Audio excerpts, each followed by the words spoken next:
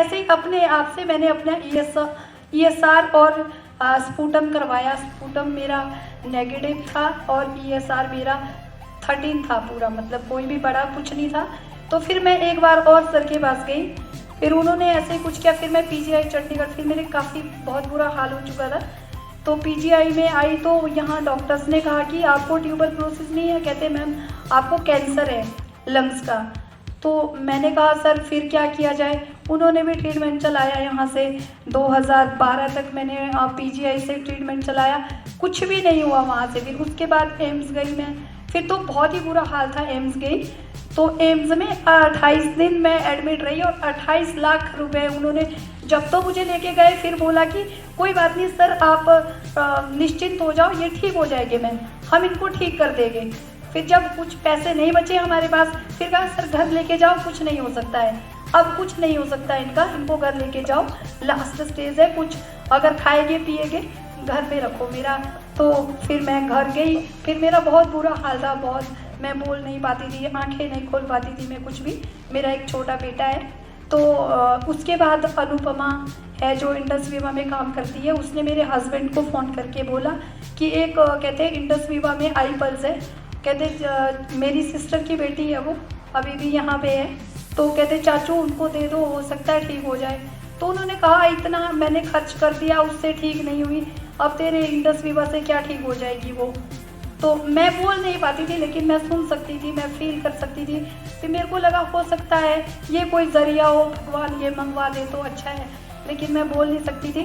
तो मेरा बेटा रोने लगा, कहते पापा अगर आपने इतना इलाज कराया एक बॉटल मंगवा दो, कहते आपको मेरी कसम है मम्मा को ठीक करते हैं।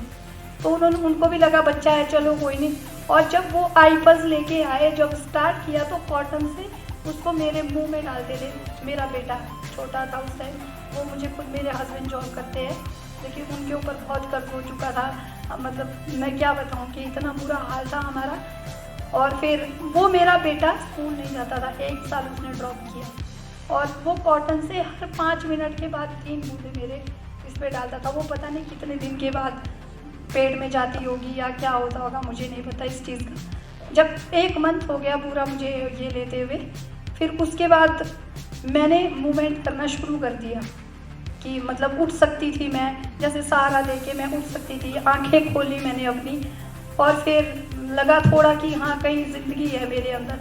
फिर उसके बाद 2 मंथ के बाद मैंने अंदर बाहर चलना खुद से शुरू कर दिया, सिर्फ आईपल्स, और मेरी कोई भी मेडिसिन नहीं थी, कुछ भी नहीं था, आईपल्स था। फिर उसके बाद जब मैं 2 महीने के बाद, वो सर ने कहा कि 30-30 ml लेना है, मेरे को सुनाई दिया 20-20 ml लेना है, तो मैं 20-20 ml लेती रही उसको। उसके बाद भी फिर मैंने 6 मंथ पूरा किया। 6 मंथ के बाद मैं सर से मिलने सोलन गई और मैंने इंडस विवा ज्वाइन किया 50,000 से। उसके बाद से फिर मैंने इनके साथ में फील्ड में घूमना शुरू कर दिया। घर से बोलते थे, अभी मैंने जॉब छोड़ दी अपनी, क्योंकि ये जॉब नहीं करूँगी मैं जिसमें हर तीसरे दिन पेशेंट आएगा, मुझे तो आराम नहीं हो, इस दवाई से कोई और दवाई लिख दो।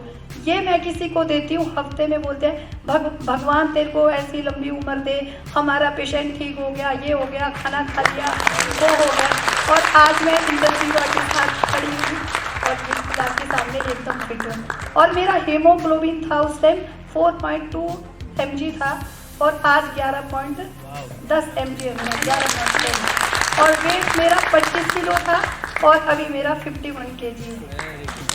Thank you so much. Thank you so much.